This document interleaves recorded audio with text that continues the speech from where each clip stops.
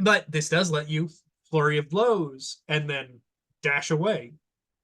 So that helps with the skirmisher fantasy Yes. that I frequently say doesn't actually work. May work a little bit better. You're waiting till 11th level to do it. I don't like that. But um, Sounds like and the perfect hooker. Flurry of blows that dash away. yeah. Anyway, this the next feature doesn't help us move on from that thought process. Quivering palm. Ah, that's when you can't afford the perfect hooker.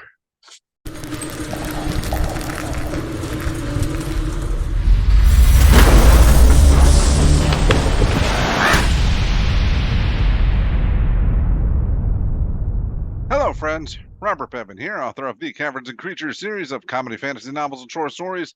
With me is Cameron, aka Prince Phantom, and today we are jumping into the monk class, the new monk.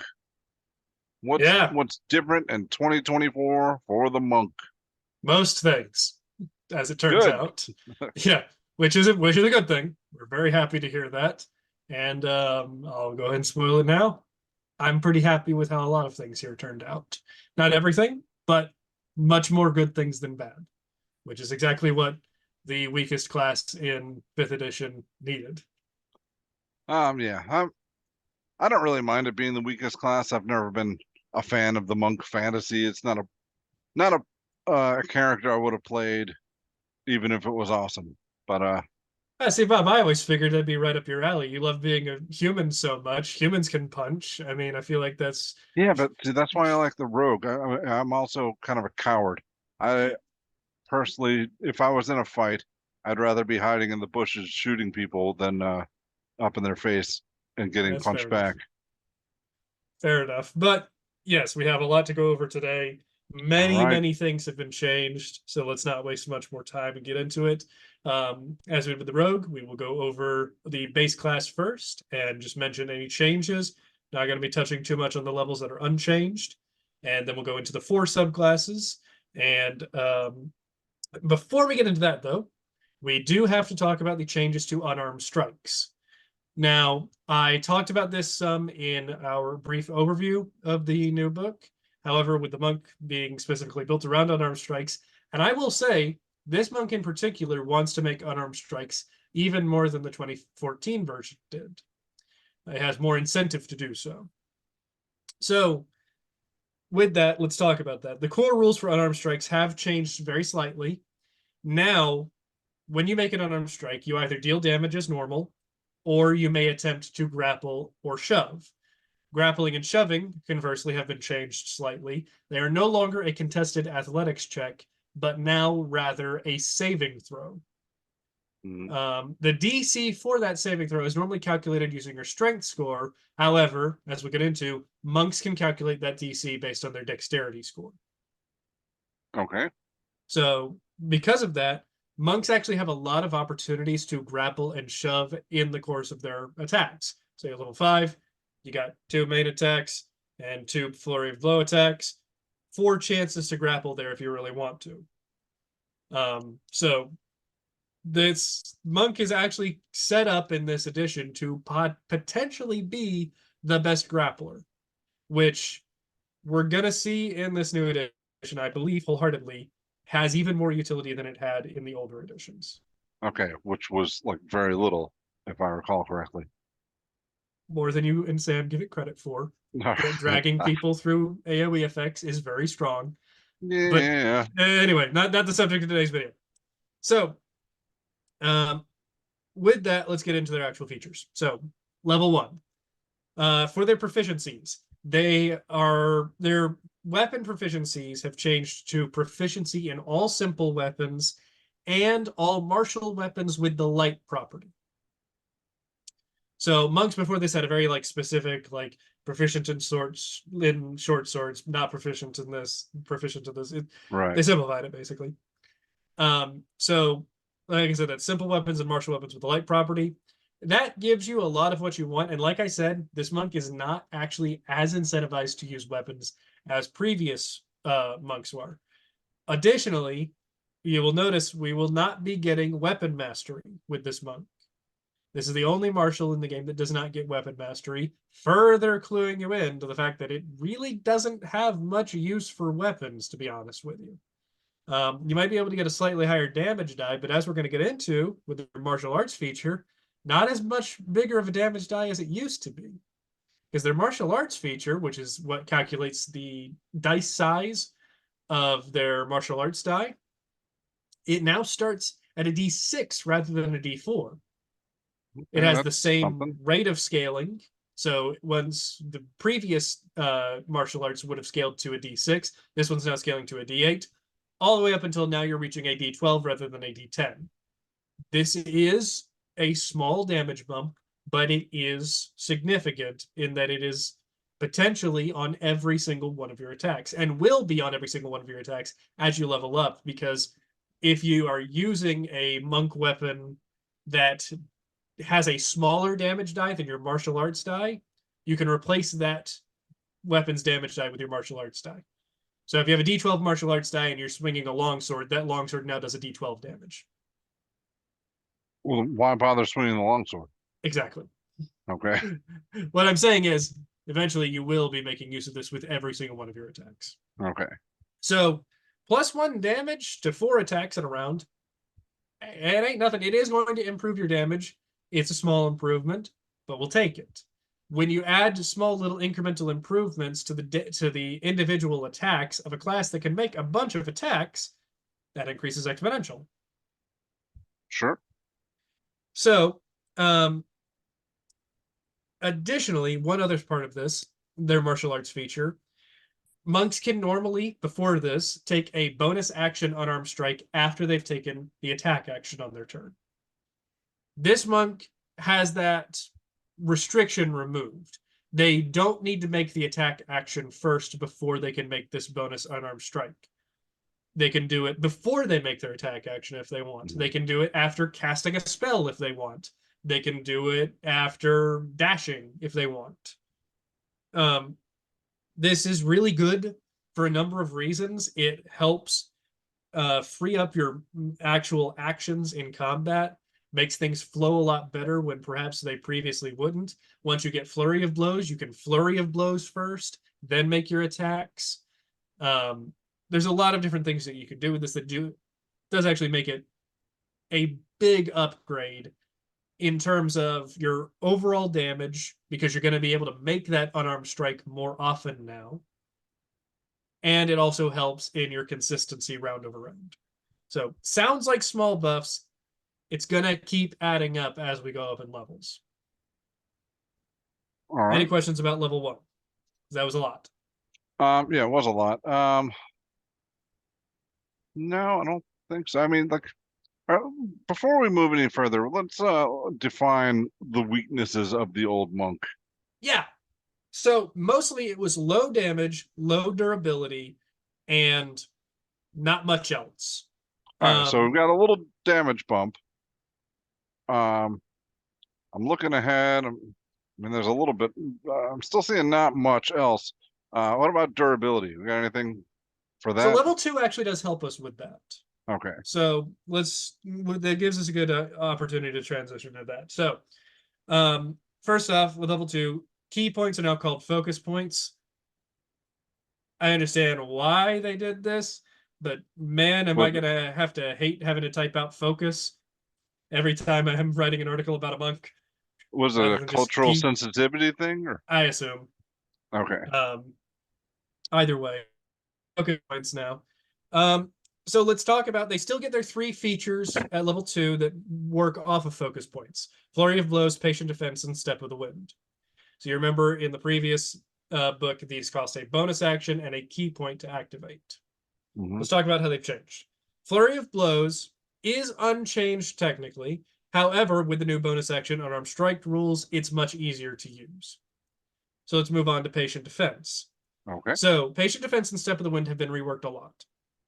You now do not need to spend any focus points with Patient Defense to disengage. Monks can now disengage for free as a bonus action. If you'd like to spend a focus point, that's going to take a while to break. Yep. You can also dodge as well as disengage with that bonus action. Okay. So it's optional now. You don't have to spend the key point to disengage. Step of the Wind, likewise, allows you to dash as a bonus action without spending any key points. I like that. You can then spend one focus point to disengage as well as dash, and double your jump distance for the turn. All right. Now, I'm a little confused here. I see what's going through your head right now. All right. What do you think's if going you through my head? just need to disengage, Yes. just use patient defense. Right. If you need to dash and disengage, use Step of the Wind and a key point. If you Okay. want the dodge action as a bonus action, use patient defense. Okay, I got you. All right, cool. Additionally, yes. Go ahead. No, I was going to let you finish Step of the Wind there. Okay. Well, I was actually done with Step of the Wind. Did you have questions? Well, no, because you've got double your jump distance. My question was going to be, do you know any more about the jump rules than we did last time? No. No. Which, all right. The fact that I haven't found out anything additional continues to imply not much has changed. That's unfortunate. Yeah. But they do also get another feature at level 2 now. They get Uncanny Metabolism. This is going to address, I didn't mention this earlier, I should have. The other problem with the monk was resource management. They, especially at early levels, don't have enough ki, and all their features use ki. We've already seen how in Patient Defense and Step of the Wind, you can potentially use less ki for those features, which is good. Uncanny Metabolism gives us a way to restore ki. I've said ki like 3 times. Focus. Once per day, when you roll initiative, you regain all focus points and restore HP equal to run roll of your martial arts die plus your monk level. So that's actually pretty good. Yeah. You get all of your focus points back once per day when a fight begins. That's when you need them. Yeah, that kind of fixes. I mean, at level 2, it's still going to kind of suck because you have 2 key focus points. And that's it, and even if you're restoring those 2, you can still potentially burn through both of them in a single round.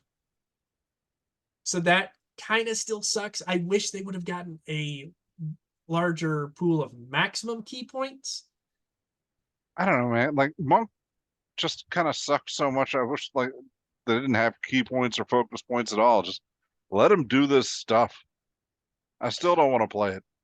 Well, you will notice there are less things that cost focus as we go. Yeah. And that is a big thing. So at level 3, we got our subclass. We'll go over those later. And we also get deflect attacks. Now, this is replacing and improving upon deflect missiles, which is a rarely used feature that allowed you to catch and potentially redirect ranged attacks that come at you. Problem with that is there's just not a lot of ranged attacks in the game, and even less that aren't also spells. Right. So you really were just catching arrows and throwing them back. And yeah, arrows got fired at you, but not that frequently. So now with deflect attacks instead, as the name implies, this allows you to redirect or deflect any attack that hits you and deals bludgeoning, piercing, and slashing damage. So it still works the exact same way. It still has the same damage reduction, which I believe is a D10 plus your monk level.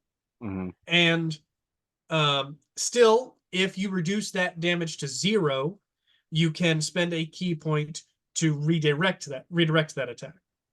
If it's a melee attack that you're redirecting, then the target of your redirection must be within 5 feet of you. Though notably, the target can be the person who threw the attack to begin with. It can. Yes. Oh, it just has to be cool. a creature within 5 feet of you, which well, can that be means your there's attacker. always a target. That's nice. Yeah, as long as they're not attacking with reach or something, right? Right. So basically what this means, you can do this a lot more frequently. This is a big area where the monk's durability is being improved. Because now you, every turn, can, as a reaction, reduce the damage of an attack that hits you. Doesn't cost any key points to do that. Cost key if you want to throw it back. I like this. This is something that definitely paints a picture in my head of a fantasy monk doing Yes, this is cool much martial arts better. stuff. This is I'm called back to scenes of Dragon Ball where the master was blocking, redirecting one attack from a student to go and hit another, and it just works. It fits in my head. So I really like this a lot. This is a big improvement. It should have been like this to begin with. Sure. Level 4, we get a feat. No change here. However, there are a lot of feats that work much better with the monk than previously. You remember we did best feats for monk, and I was really grasping at straws? Yes. They've got a lot more options now. Tavern Brawler, in particular, is a very good origin feat for monks to take. Mm-hmm. It has a lot to do with unarmed strikes. Some of it doesn't apply to the monk, but just ignore that part. The rest of it does, and the rest of it's very good. So Tavern Brawler, I highly recommend to take at level 1. And then once you get to level 4, here's an example. Tavern Brawler has the line where if you hit with an armed strike, you can push a creature 5 feet away once per turn. Right. Okay. Now pick up Crusher at level 4. Now you can either push 2 people 5 feet away or push 1 person 10 feet away once per turn. Yeah. That's pretty cool. I like that. Anyway, level 5 extra attack is unchanged. However, Stunning Strike has had a big change. Stunning Strike was the one feature that people thought was too good on monks. I never really thought so. You're disabling one target. Maybe it's a con save, but you do have multiple chances to potentially land it per turn, though it does cost a lot of key if you're doing that. So I do actually, most people will consider this a nerf, but I think I like where it is because it's going to encourage monks to play a healthier play pattern. Rather than dumping all their key into Stunning Strike, this restrains them a little bit and makes them play more optimally, honestly. Mm-hmm. So the new Stunning Strike, it can only be used once per turn. And if it succeeds, the target is only stunned until the beginning of your turn, not until the end of your turn. Excuse me, beginning of your next turn, Right. not end of your next turn. Right. So on your next turn in combat, you cannot take advantage of this stun. Exactly. That rarely actually came up because normally the target was dead by the time your turn next came up. That's not actually that big of a nerf at all. You can pretty much ignore that. Now, previously, if they succeeded their con save, that's it. Instead, now, if they succeed in their con save, you have advantage on your next attack against them, and their speed is halved until the beginning of their next turn. Beginning of our next turn, excuse me. Okay. So their speed is halved on their turn. So that's still something. Yeah, absolutely. Having something on a successful save, especially a con save, I kind of like. You do it on your first hit. Now you have advantage on your next hit. That's increasing your overall damage because it's increasing your accuracy. What do you think about the new Stunning Strike? I like it well enough. I think you're right. I'm not too put off by it being at the beginning of their turn rather than the end. Yeah, if you're getting multiple hits on them, you can still take advantage of it. But by the time you do that and the rest of your party has their turn, yeah, this guy's obliterated. Yeah. Really, the actual nerf to it is the once per turn. That's yeah. It used to be you could do it as many times as you wanted. I still don't think that's that big of a nerf, though. It's just gonna let monks use their focus on other things. Yeah, I'm still more excited about using mine to just get up in people's faces and like stabbing them with their own swords. Yeah, that's pretty cool too. So that's Stunning Strike. The internet has many opinions about it. My opinion is seems all right to me. Moving on. Level 6, Empowered Strikes. Your unarmed strikes now deal force damage rather than magical bludgeoning damage. As we have seen in some other parts of the book, this is a universal change away from magical physical damage. Seems like that's being excised from the books entirely, and force damage is mostly taking its place in instances where that is. Yet to see how the monster manual is going to interact with this. Yeah, we'll see about that. But yeah, that's it. No real change. no opinion on this. I don't Yeah. know what to make of it. I All guess this that is to make that it matters more. for the Crusher feat, huh? Ooh, it does, doesn't it? Yeah. Ooh, I didn't think about that. Ooh. Hmm. That's a good call. Yeah, okay. Yeah. Well, maybe don't take Crusher, or maybe multi-class out Probably of Monk not. at level 5. Huh. Wow, you just kind of hit me with a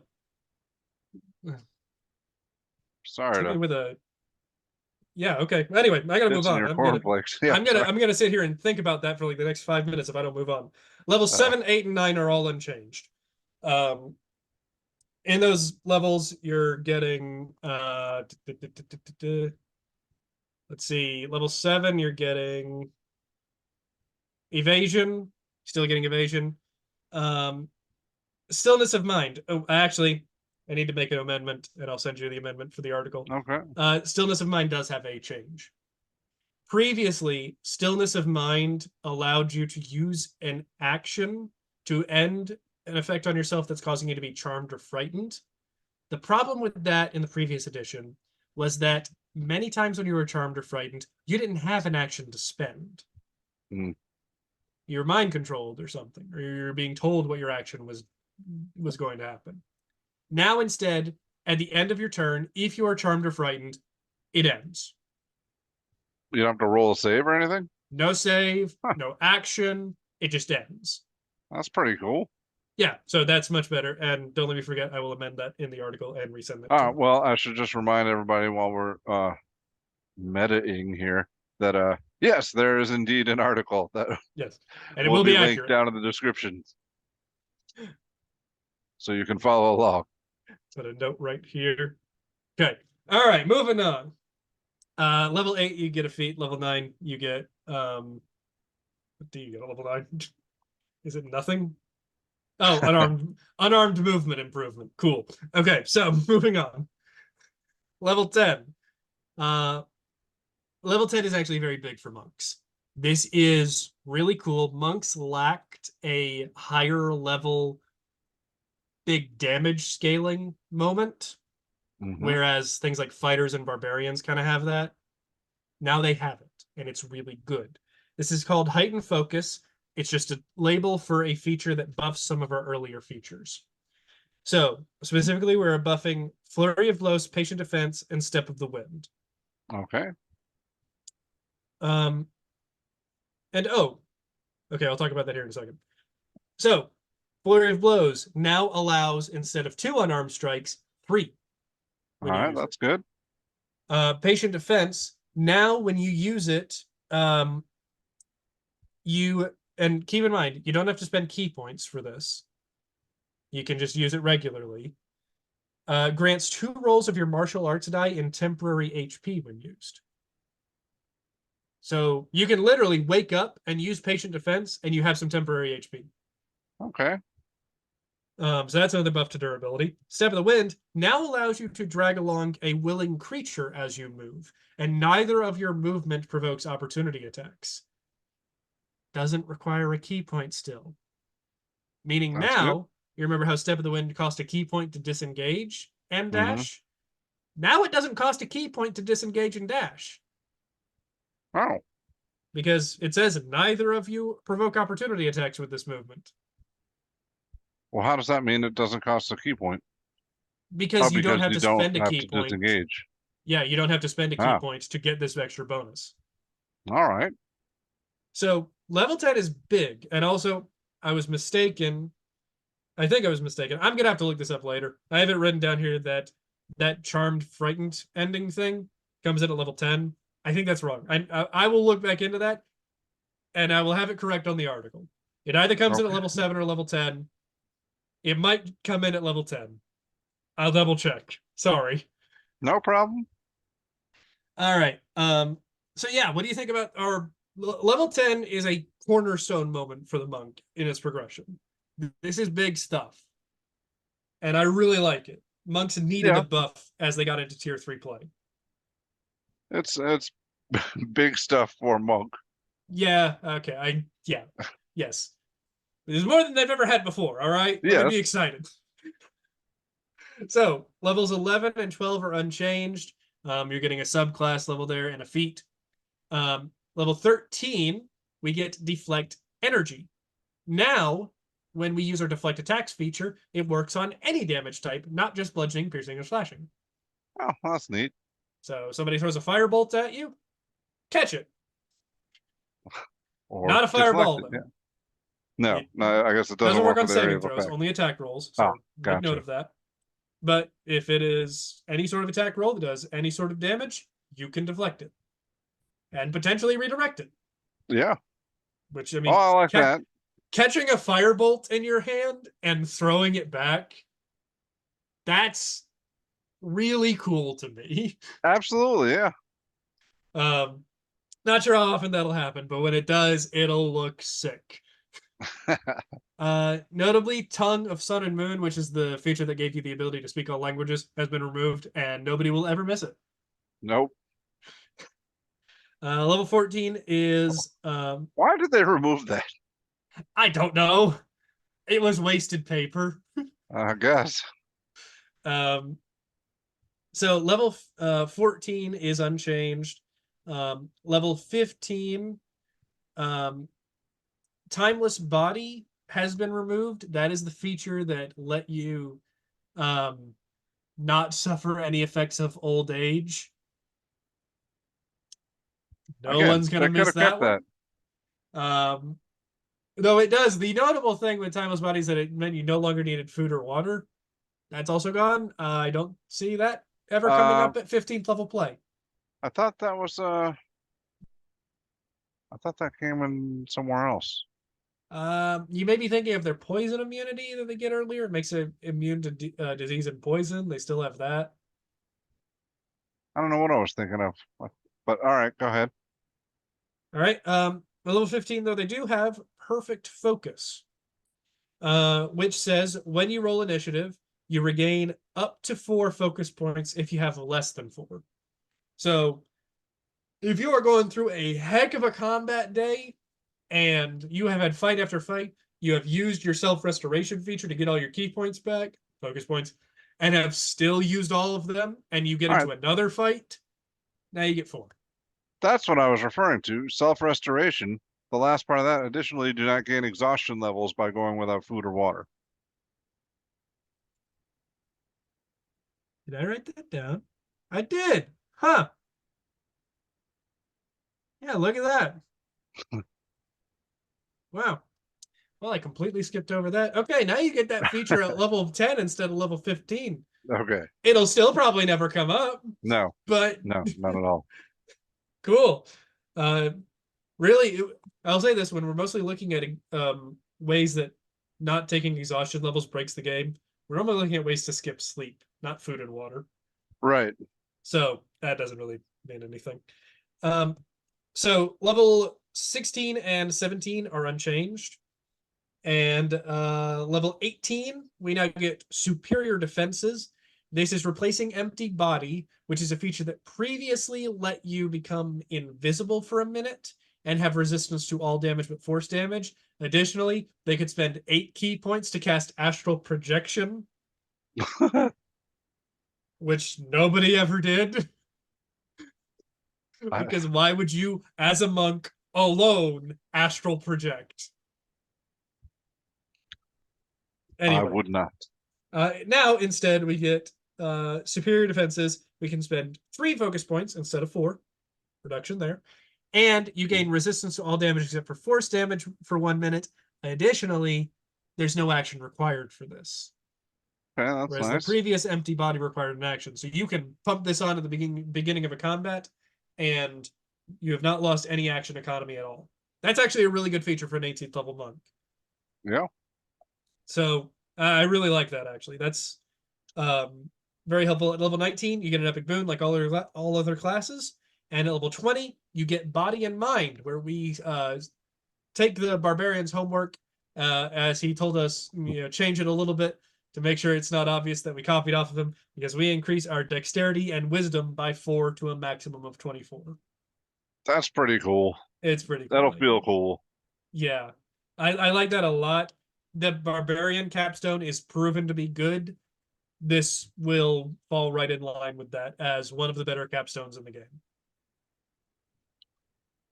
All right, and that's just base monk.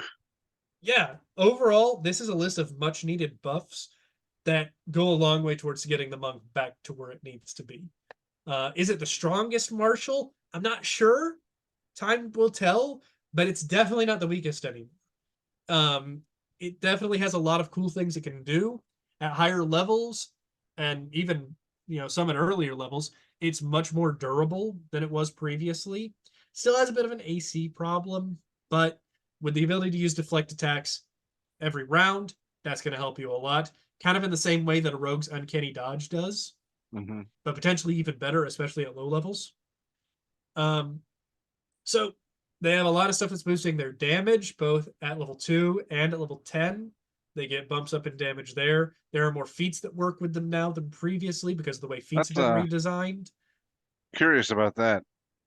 Yeah, there's a lot of things here that are going in the monk's favor. We've also recently seen a change in design philosophy of magic items, where more magic items are being designed with the monk in mind. In the Dragonlance book that came out last year, there was a belt of dragonkind that fixed by itself a lot of the monk's problems. It gave them more ki, it increased their ki DC, it did a lot of stuff for them, and was a item that probably should have been in the game from day one. We're seeing designers understand, oh, wait, all these sweet magic items that we're making, monks can't use any of them. Yeah, So let's give them items that are specifically tailored to them to make them better. They do it for all the other classes. So, wizards have these sweet grimoires that come with a giant list of spells that they can all cast for free. Sorcerers get these awesome little gems that are attuned to the outer planes that also come with a bunch of spells. Like, give the monks something cool. And they're starting to do that. I hope when the Dungeon Master's Guide comes out, we see more of that. I'd love to see something that just gave a static bonus to their unarmed strike damage and to their focus point DC. Just like how, wizards have wands that do that. right. That's a very simple item. I would love to see that officially made. Anyway, I really like this. Um, Obviously, we're still not competing with casters. I'm not claiming that, but we're competing much better with the other marshals.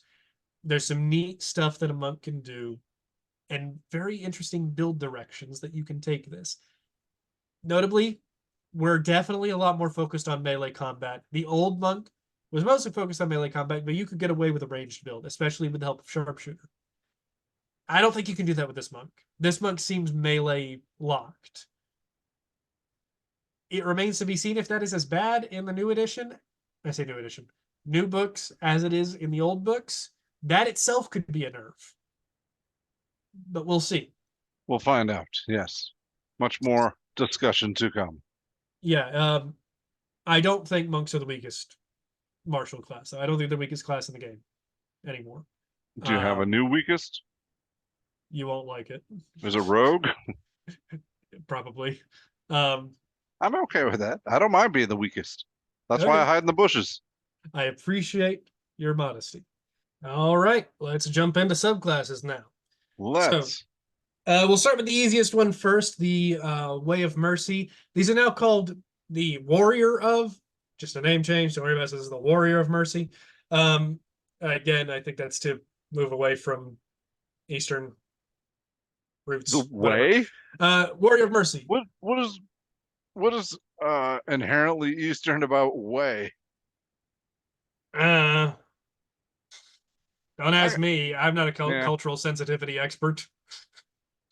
I don't know. That didn't bother me. I like the names, the way of this, the way of that, but Yeah, it was whatever. much more flavorful. So either way, uh, the Warrior of Mercy only has one change. That is in their Even 11th the level. warrior of mercy, that's just It does oxymoronic there. sound weird coming out of my Yeah. mouth. Ugh. Yeah. It only got one change, and it's their 11th level feature, the Flurry of Healing and Harm. The only change, and it is a nerf. It can now only be used a number of times per day equal to your wisdom modifier. All This right. is baffling to me. This is Yeah. a small thing. It doesn't really matter, but I want to focus on it for a second because it's stupid. Allow me to explain. Mercy Monk is it has been the strongest monk option ever since it debuted. This is a commonly held belief. This is not even a hot take. That being said, their 11th level feature wasn't why. It was nice. It was good. It was a legitimate upgrade to their damage potential at level 11, which is the area in which we just talked about monks needing a damage increase in. Right. But they specifically, and you can go back and you can check their videos on the official D&D channel as they've talked through the play testing and the designing for this new book. In the monk, they specifically wanted to remove features or change them that both cost key points and had an additional resource to track, meaning a number of uses. Mm-hmm. Well, they failed here. They literally added one. Right. What To a monk feature of all did things. somebody get their wires crossed here? This doesn't make any sense to me. I mean, this is just another thing that you now have to track. Monks already have to track their key points, and they have to track the actions they've used each turn, which doesn't sound like a big deal, but for a monk, it can be kind of confusing. Sure. Now they have this. It's just, it makes no sense. I am never having this be an actual rule at my tables. The Mercy Monk is unchanged at my tables. This is stupid, and there is no reason for it. Let's move on, please, You tell them. or I pop a blood vessel. I don't even know why I'm so passionate about this. It's just the fact that they contradicted themselves. That's all. That bothers me. To brighter pastures, ironically, the Warrior of Shadow. Now the Way of Shadow was the only subclass, the only monk subclass that ever remotely came close to interesting me. Honestly, I kind of agree.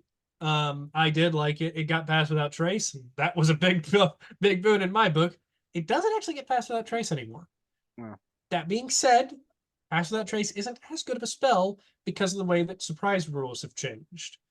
Now you only gain advantage if you surprise someone on your initiative Right. roll. You don't get a whole extra turn. So losing it isn't a big deal. Let's talk about what they get instead.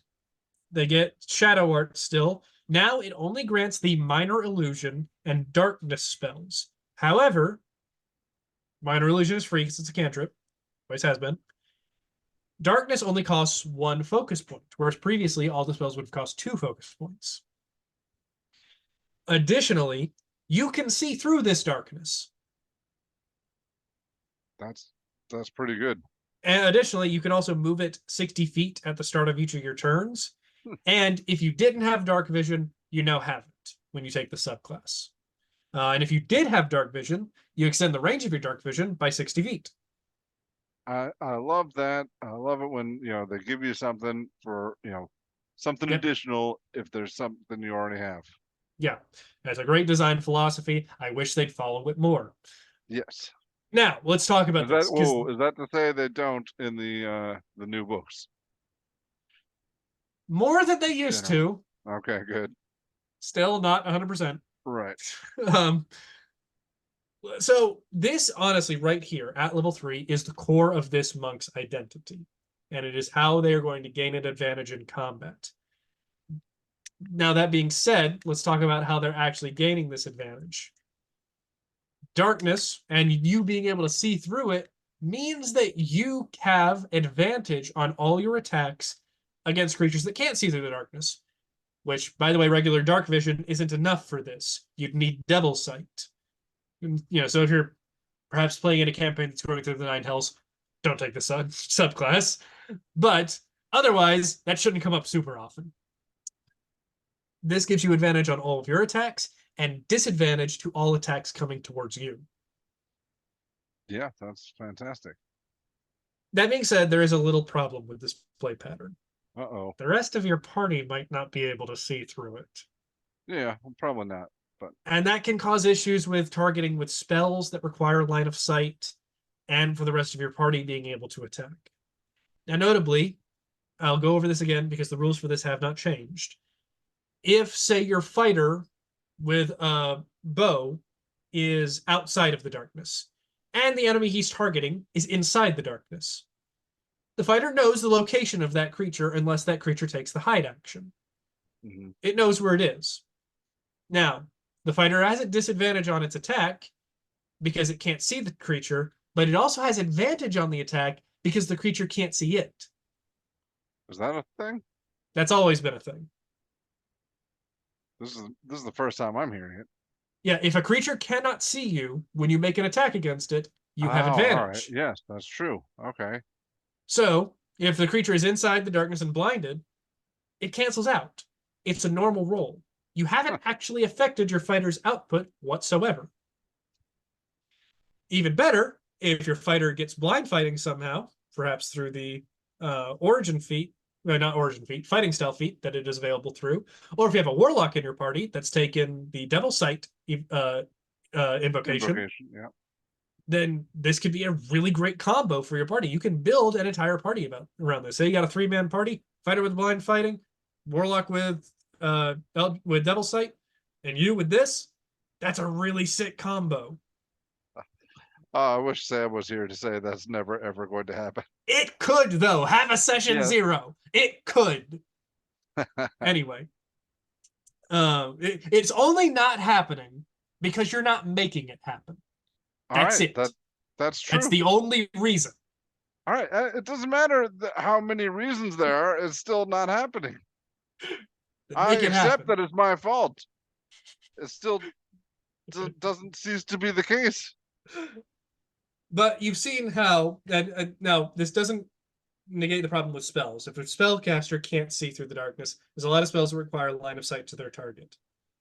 So keep that in mind as you're using this. I will talk, however, about the darkness spell itself. The darkness spell centers on an object. I need to actually read the darkness spell for this edition because the way it is worded for the previous player's handbook doesn't seem to jive with this, specifically the ability to move it. Because it used to be you cast darkness on an object, and that object would actually emit the darkness. So I'm not really sure how this works because you're definitely not moving that object, right? Definitely not, because you could cast it on a mountain and then, yeah. Anyway, so I'm not exactly sure how the darkness small spell, mountain. Yeah, not exactly sure how this darkness spell works in terms of its targeting, but if it should still work as the old one did, where you can actually cover it as you would a light source, and stow it away so it's not emitting darkness anymore. So you could, at the start of your turn, uncover it, make your attacks with advantage, and cover it back up so that your wizard can do other spells. I actually heard of a neat build of somebody made a character with a tongue piercing. They cast darkness on the tongue piercing, and then opened their mouth when it was their turn, and closed it when it wasn't their turn. Because if talking is a free action that you can do at any point in combat, well, obviously opening and closing your mouth is. Yeah. So, just fun little creative things you can do. Let's move on. Shadow Step, their 6th level feature that allowed them to teleport into areas of darkness. This is unchanged. However, it previously relied on line of sight to your target, which meant that if it was in the bubble of darkness, you couldn't see where you were teleporting to, so you couldn't use the feature. Additionally, the subclass didn't used to grant dark vision inherently. So if you were playing a race that didn't have dark vision and you took this subclass, you couldn't actually teleport into darkness because you couldn't see your target. Yeah, well, that was an oversight. So they fixed that. And now you should be able to teleport into any bubble of darkness that you ever see, and you'll have no problems with that whatsoever. Level 11, Improved Shadow Step. Now, you can spend a focus point as you Shadow Step. If you do, your starting point and your destination don't need to be in darkness or dim light, only one of them. So you can be in bright light and teleport into darkness, Oh, I see what you're saying. Yes. Or you can teleport from darkness into bright light. Right. Now, additionally, when you do that, you can make an unarmed strike after you teleport. So you're All right. no longer sacrificing quite as much with your damage on that turn. So a lot of it. Yes, yeah, you're not flurry of blowsing. So we're at 11th level now. You've been making 3 attacks as opposed to I just can't one. believe they didn't change the name of Flurry of Blows. That's gotten more giggles than anything in this game. Anyway, so their capstone feature, Cloak of Shadows, now says whenever you're in dim light or darkness, you can spend 3 focus points to become invisible for a minute, or until you are in bright light. You may also pass through occupied spaces while invisible at half speed, and can flurry of blows without spending focus points. That's Um, interesting. so normally, note that attacking also doesn't break this invisibility. Now, granted, if you're in darkness, especially in a bubble of darkness, you would still already have advantage, but this might help have your darkness spell up, or you've lost concentration on it or something, as it is still a concentration spell. Does it specifically say that attacking doesn't break this invisibility? Well, the only invisibility feature in the game that says it breaks if you attack are features that say they break when you attack. Invisibility as a condition by itself has no Oh, rules about breaking when you attack. So okay. if a feature says it gives you invisibility, then you just have invisibility. Okay. Yeah, you're right. The reason we all think that it does is because the most common forms of invisibility Right. do break when you attack. So this is the invisibility spell itself. Right. But that's specifically in the spell description. Exactly. So the ability to pass through occupied spaces implies that you can pass through walls. Um, Walls occupy a space. I don't see why that doesn't mean that you could walk through a wall. I see why, but it's a fucking wall. But I think you might have something there. well, I think the flavor is you're becoming like slightly incorporeal, right? Like Yeah. ghostly, sort of. So I, I, I would let the monk player do it. Why can't the monk at 17th level walk through walls? Hey, I'm all for it. You know, Let's give them something. we'll probably get some rules clarification on that later. But for right now, let your monk walk through a wall. He's earned it. He's gotten to 17th level. I love this new Shadow Monk.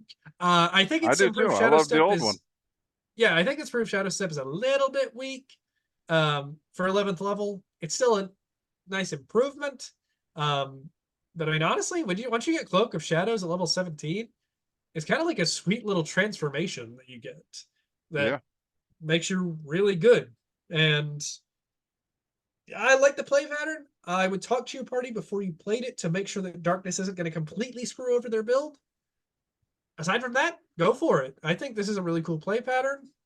It's great defensive because you have disadvantage on all the attacks that are coming against you. Boost your offense by giving you advantage on all your attacks. This might, especially in the right party, have a claim to overtake the Mercy Monk.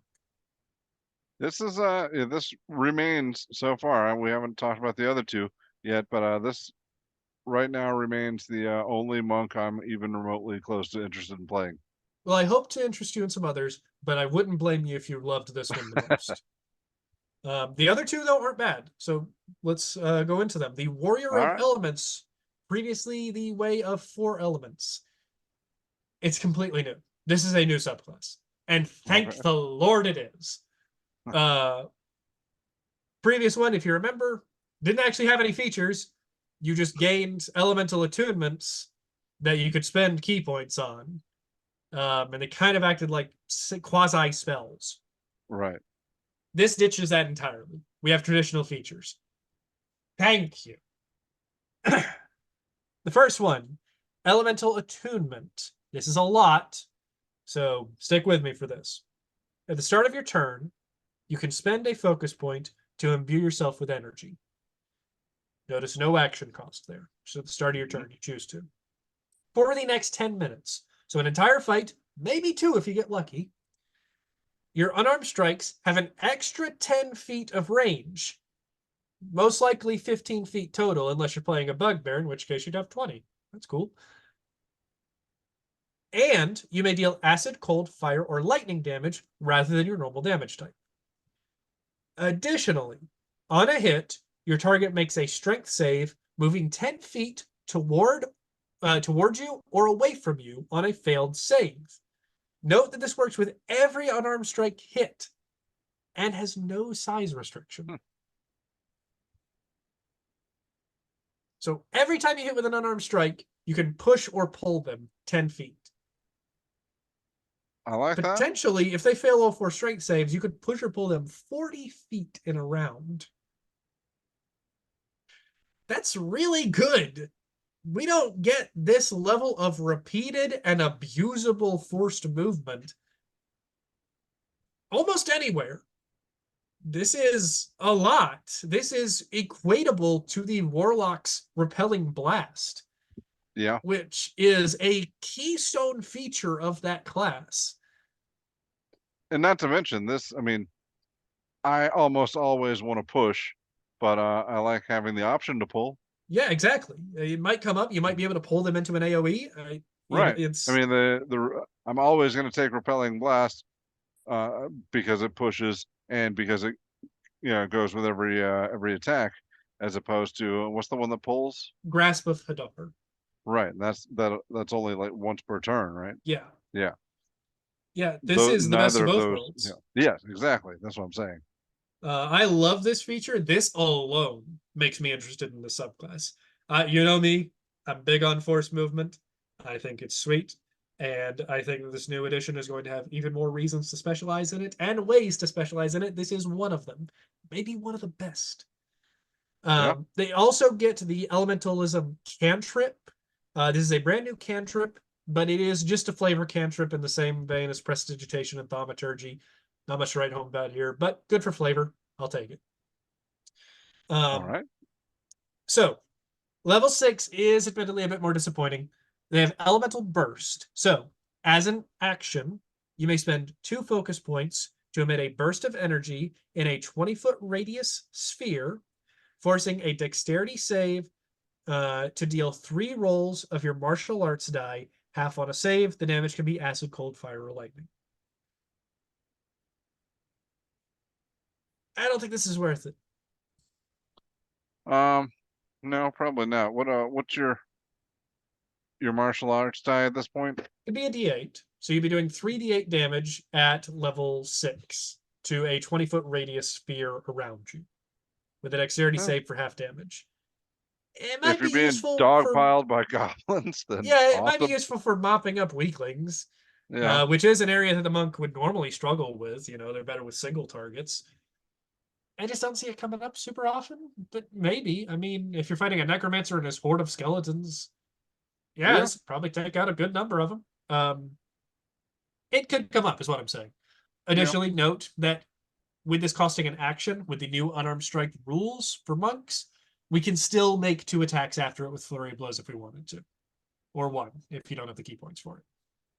So you're still mixing it into your flow of your turn a lot better than you would have been previously.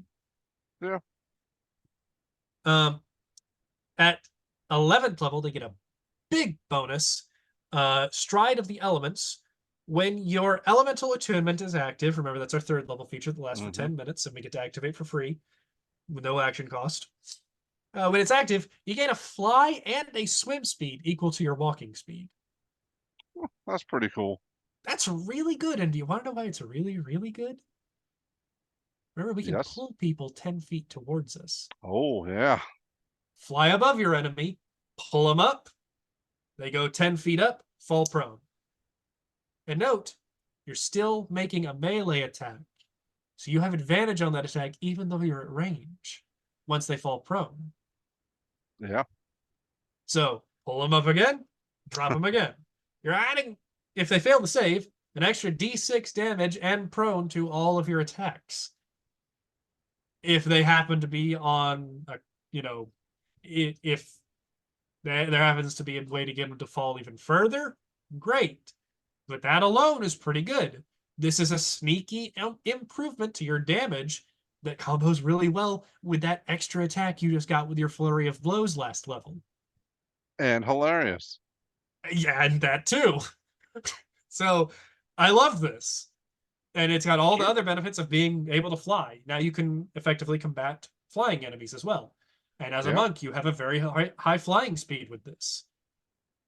So this is really good. This is the monk that really wants to just forgo weapons entirely. You're only doing unarmed strikes with this guy. And their capstone feature at level 17, Elemental Epitome. While Elemental Attunement is active, you gain resistance to one of your choice of acid, cold, fire, or lightning, and you may swap your resistance out with another at the start of each of your turns. That's all right. Flexible resistance is good. But additionally, when you use Step of the Wind, you gain an additional 20 feet to your movement speed, and you deal a roll of your martial arts die in acid, cold, fire, lightning damage to any creature that you pass within 5 feet of, only damaging each creature up to 1 time per turn.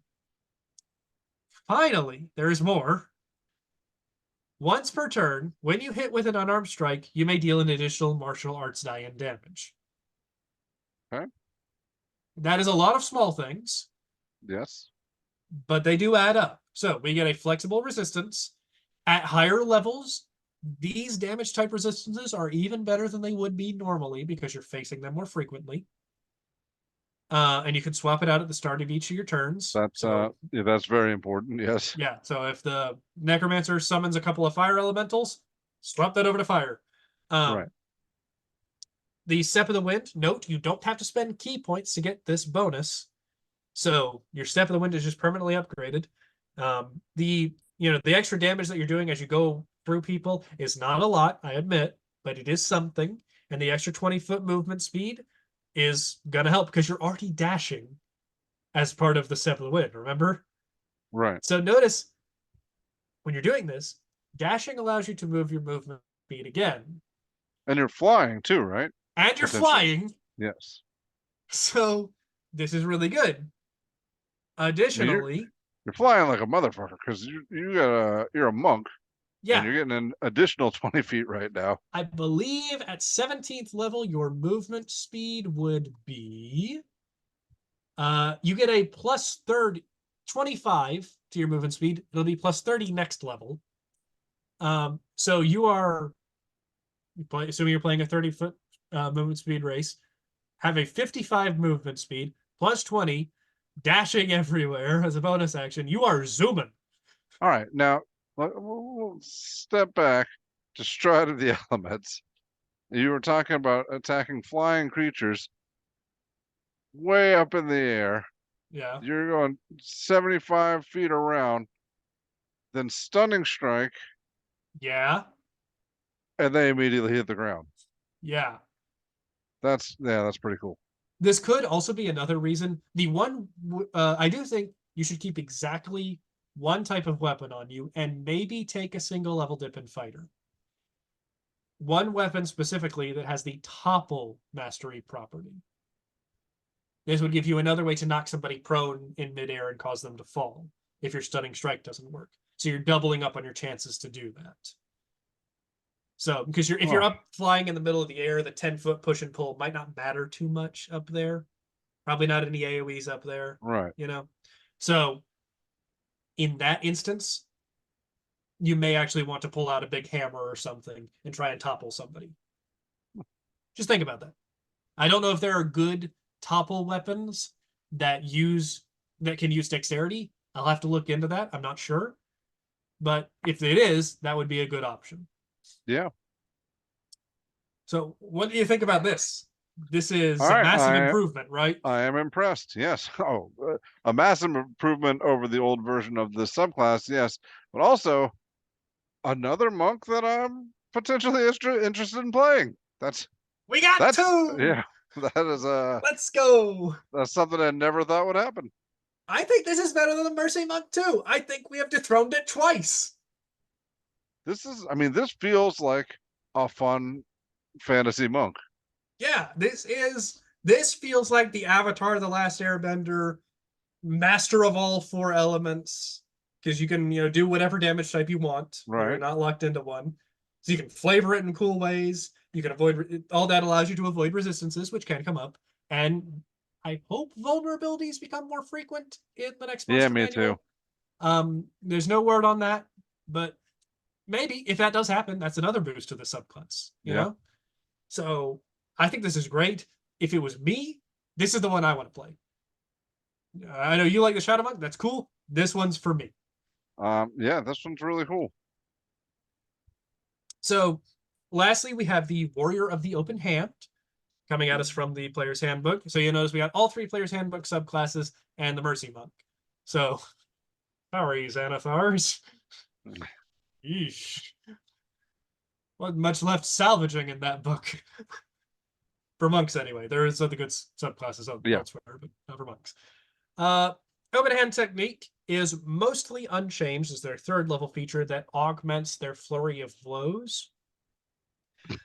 We do get a boost from the base class here that in that flurry of blows works better with our overall kit now. Additionally, at 11th level, we'll be able to make an additional attack with flurry of blows, further improving this feature. So, there's not a lot here that's specifically above. At level 3, that starts to come in more at level 6 with wholeness of body. So the way this works, it's very reworded, so I won't refer to the old feature. I'll just tell you how the new feature works. Okay. Wisdom modifier number of times per day. You may heal yourself with a bonus action equal to a roll of your martial arts die plus your wisdom modifier. Yawn. It's not that exciting, but it's just a bank of extra hit points. Yeah. If nothing else, at the end of a fight, use it all up if you know you're not going to have time for a short rest, and you've healed yourself a decent amount for the next fight. No, it's not that exciting. I agree, but it's something, and you can't Yeah. use it to get yourself off of 0 because it requires a bonus action. So 11th level Fleet Step. When you take a bonus action that isn't Step of the Wind, you may additionally perform Step of the Wind as part of that bonus action. If you would like to upgrade the Step of the Wind to allow you to disengage as well as dodge and get that extra jump distance, you still have to spend that key point, but you probably won't be doing that too often because you can just take the patient defense Right. as your other bonus action, and now you have disengaged, which is the main reason you'd want to spend a key point on Step of Yeah. the Wind. And so, yeah, you probably won't be doing that very often. But this does let you flurry of blows and then dash away. So that helps with the skirmisher fantasy Yes. that I frequently say doesn't actually work. May work a little bit better. You're waiting till 11th level to do it. I don't like that. But Sounds like and the perfect hooker. Flurry of blows that dash away.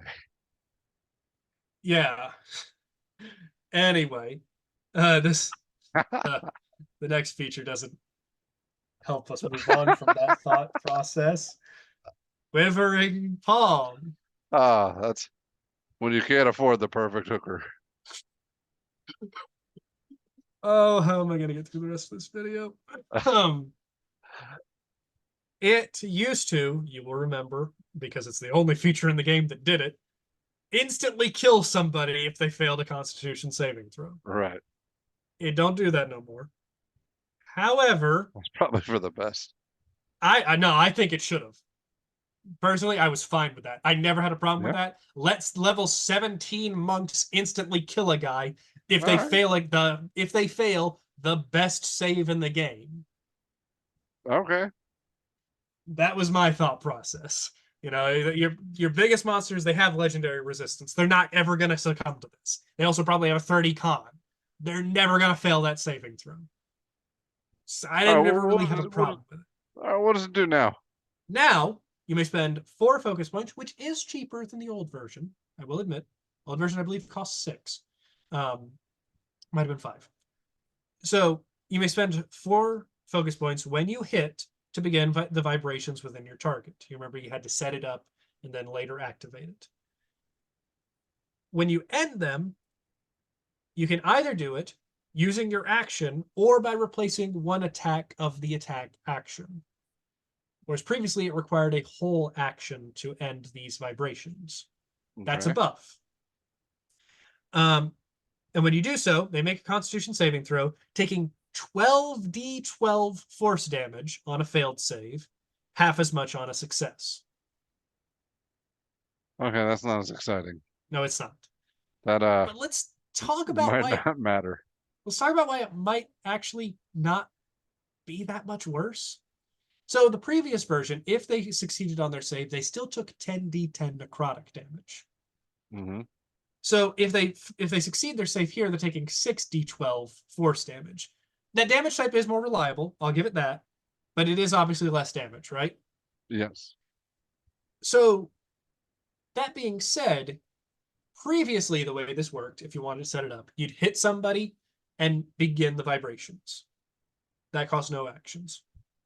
Next turn, you'd have to spend your entire action to end the vibrations and try and kill them. Note that meant that you couldn't make any bonus action attacks or anything because of how the old martial arts rules worked. You're giving up your entire turn to try. Now, giving up your entire turn to either instantly kill the target or deal 10d10 necrotic damage to it, that's a pretty good trade-off, I'm not going to lie. However, now, you can, instead of having to wait a whole turn, punch, start the vibrations, with your second attack from extra attack, end the vibrations, instantly get the damage, punch 2 more times. Next turn, do it again. Yeah. So now, here's where I think this actually has a healthier place in the game. Instead of having a minuscule, never gonna happen chance to instantly kill Tiamat, now you have a really useful tool to burst down a high HP target. Okay. Yeah. See, I like that better. I think this is actually a better feature than it was because it's giving you more for less. Yeah, sure. Everybody's got a story of how in a high level one shot, an open hand monk instantly killed a BBG because the dungeon master forgot they had legendary resistances. Right. Because that's the only way it ever happened. This is actually useful. You will be able to do a ton of damage every round once you get this. Now let's talk about the entire subclass, because I have less kind things to say about it. This is going to mostly feel like a fine-tuned version of its previous self. And that's not really a compliment. Really, the biggest buff that this is getting is the base monk and how its features interact with this subclass. Yeah, that's much better, but I don't think it's really salvaging it. Of the 4 in this book, I definitely think the open hand is the weakest. It's still got some cool stuff, but it's still heavily dependent on you flurry of blowsing every turn, and that's eating away at your key points when most of this monk has been dedicated to letting you get away with not spending as many focus points. Well, you got to recharge.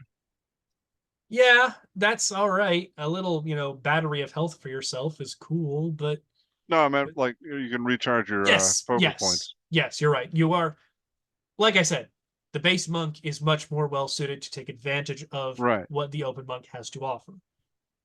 I just don't think it's nearly as interesting as what the other ones offer. And it is meant to be the vanilla monk. I get that. This is supposed to be the monk's monk. But I feel like you could have done more. Self-healing, getting to Step of the Wind when you take a different bonus action, cool, but not really fixing any problems of the monk. The other subclasses that we talked about that are really highly praised fixed problems that the monk had. This doesn't really do that. Oh, well, I mean, like I said, the changes in the base monk fixed a lot of the problems. They Which do. is, I mean, if you want to play, I mean, I don't think, I think you're still going to feel a lot better playing a new open hand monk than you were going to be playing an old one. This open hand monk is better than any monk aside from, you could make an argument for the Ascendant Dragon, maybe. That's the only one that I can see making an argument for being as good as this new open hand monk, not counting the other subclasses in this book. I think this is still actually better than the old mercy monk using the old monk rules. Right. But to This play an new mercy ascendant monk, or to play one of the subclasses that are not included here, are you using the old base no, monk? Or you you're get to use using the the new new base base monk. monk. All right. Well, now how does that compare? Well, that's a good question. I haven't thought about Mm, that. See, that's the very interesting thing because we're going to do our monk ranking video soon. I assume. Um, and I think I don't know. Maybe we should wait a little bit on that, honestly, to see, give us some time to figure out exactly how all these new features work with those old subclasses. Because it might, I mean, the Ascended Dragon Monk might now be kind of close in potential to these. I don't think that like the Kensai Monk is good at all because it now focuses on weapon use, right? And this monk has right. so many improvements to unarmed strikes. Did you hear anything about using weapons in any of this? No. You didn't. I think the Kensai monk So, sucks now. It sucked before. I think it is worse now. The Drunken Master monk still sucks. The the JoJo's Bizarre Adventure one, whichever one that is, that gives you a stand, that one still sucks. Um, Sun Soul Monk is still awful. Like, this base monk is not fixing any of those. Don't get the wrong idea. Those are all still trash. Ascended Dragon, maybe. I'll make an argument for that one being a lot better than it was. all right. Well, we'll get into that in another video. Yeah, but what are your overall thoughts on the monk as a whole? Now that we've gone over all this, Um, I don't hate it as much. Or I don't know. I never hated it. I just didn't give a crap about it. And now that's I fair. give a little bit of a crap about it. That's hey, that shows a success in Yeah. design. You went from not caring at all about something to caring a little bit. That Yeah. is that's what they call in marketing a first step. That is getting your foot in the door into somebody's brain. Now maybe you'll play it and maybe you'll love it and maybe you won't, but now you're considering trying it. A little bit. So I'm very happy with all this. I think they could have gone even further if they wanted to, but I'm happy with where it is today. All right. Well, that's all the time we have. Thank you, Cameron, and thank you everyone for joining us. Let us know what you think of the new monk down in the comments below. Like and subscribe, and we'll see you next time. Goodbye.